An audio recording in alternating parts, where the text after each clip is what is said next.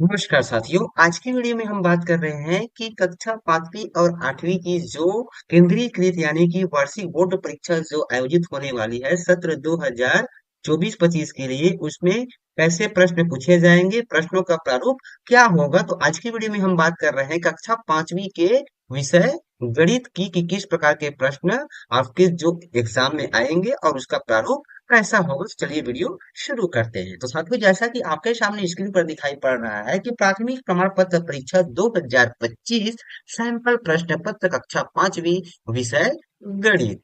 यहाँ पे विषय गणित का है और समय जो रहेगा इसके लिए 2 घंटे होगा और इसका जो पूर्णांक है वह 40 अंक का होगा। 10 अंक आपको विद्यालय स्तर से प्रोजेक्ट पे दिया जाएंगे।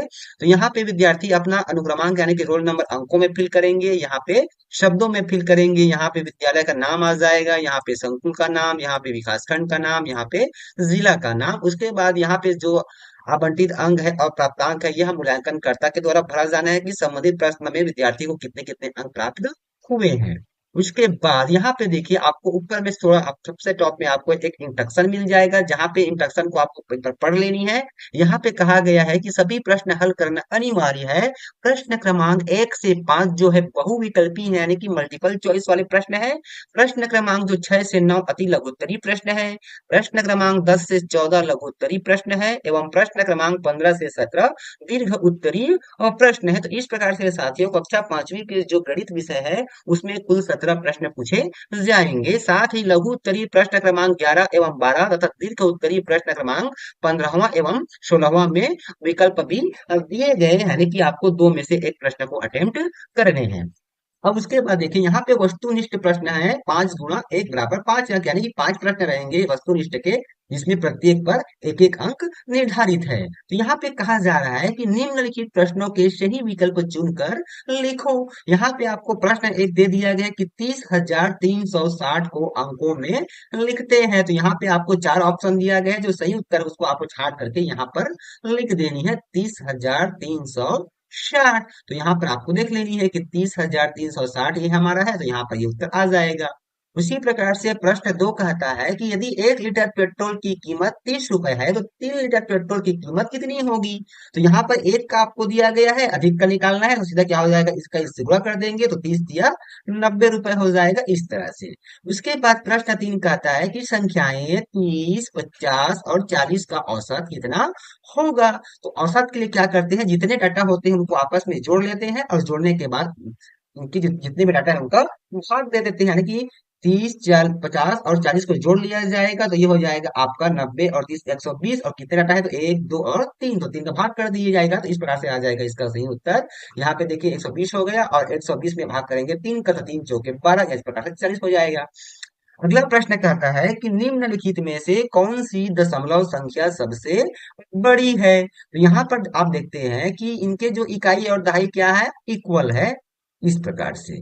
तो आपको यहाँ पे आ जानी है, यहाँ पे आपको अब दशमलव में आ जानी है। यहाँ दशमलव में 3 है, यहाँ पे 5 है, यहाँ पे 1 है और यहाँ पे 9 है। इस प्रकार से सबसे बड़ी क्या हो जाएगा, डी, इस प्रकार से। इसी प्रश्न 5 कहता है कि जिस कोण का माप 90 अंश से अधिक होता है उस कोण को क्या कहते हैं, तो उसे अधिक कोण कहते हैं। तो इस प्रकार से आपको मल्टीपल चॉइस के 5 प्रश्न दिए जाएंगे, जिसमें आपको 4 उत्तर दिए जाएंगे। सही उत्तर को चुन करके आपको यहाँ पे लिखनी है। अति लघुत्तरी प्रश्न 4 गुणा 2 है, यानी कि यहाँ पे आपको यानी कि 4 प्रश्न पूछे जाएंगे अति लघुत्तरी प्रश्न में, जो दो दो अंक के रहेंगे। इस प्रकार से कुल 8 अंक। जैसे कि प्रश्न 6 कहा गया है कि यदि किसी वस्तु का क्रय मूल्य 250 रुपए है तथा विक्रय मूल्य 330 रुपए हो तो कितनी लाभ या हानि होगी। तो यहाँ पे आपको उसको हल करनी है।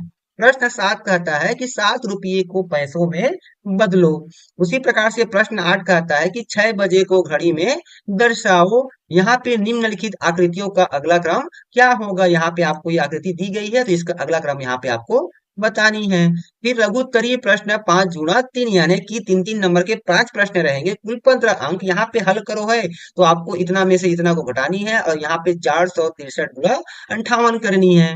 फिर प्रश्न 11वां कहता है यदि 642 रुपए में 6 कुर्सियां मिलती है तो 4 कुर्सियां का मूल्य ज्ञात करो। अथवा यहाँ पे आपको ये भिन्न दिया गया है, इसको जोड़ना है, इसमें घटाना है और यहाँ पे आपको भिन्नों का गुणा करना है। उसके बाद प्रश्न प्रश्न 12वां कहता है कि निम्न आकृतियों के सभी आपको संभव सममिति अक्ष बनाना है। जितने इसमें सममिति अक्ष आपको मिल जाएंगे, इसमें आपको अथवा भी दिया गया है। इसमें आपको 75 अंश और 45 अंश का कोण भी बना सकते हैं, तो दो में से आपको एक को बनाना है। उसी प्रकार से प्रश्न 13वां कहता है 12 और 18 का आपको महत्तम समापवर्तक ज्ञात करना है। प्रश्न 14वां कहता है कि निम्नलिखित चित्रों में आकृतियों की संख्या आपको गिन करके लिख देनी है। उसके बाद दीर्घोत्तरी प्रश्न है 3 गुणा 4, यानी कि चर नंबर के आपको तीन प्रश्न दिए जाएंगे, जिसमें नंबर 15वां है कि एक व्यक्ति निम्न मूल्य सूची के अनुसार 2 किलो शक्कर, 2 किलो आलू और 1 किलो आटा खरीदा। तो इसके लिए आपको एक बिल तैयार करनी है। इस तरह से यहाँ पे क्रमांक, यहाँ पे ग्राहक का नाम, यहाँ पे दिनांक, इस प्रकार से आपको एक बिल तैयार कर देनी है। अथवा इसमें आपको अथवा भी दिया गया है। यहाँ पे आपको जनवरी 2025 का कैलेंडर बनाना है। यहाँ पर देखिए 1 तारीख तो आपको दे दिया गया है, और जनवरी माह में कितने दिन होते हैं, 31 होते हैं। तो उसके अनुसार से आपको एक कैलेंडर बनानी है। तो दोनों में से आपको एक प्रश्न को हल करना है। उसी प्रकार से प्रश्न 16वां कहता है कि यदि एक बर्तन में 2.750 लीटर पानी आता है, तो ऐसे ही 5 बर्तनों में कुल कितने लीटर पानी आएगा। अथवा 5 किलोग्राम मसाले से 250 ग्राम वजन के कितने पैकेट बनाए जा सकेंगे। तो यहाँ पर भी आपको दोनों में से एक प्रश्न को हल करना है।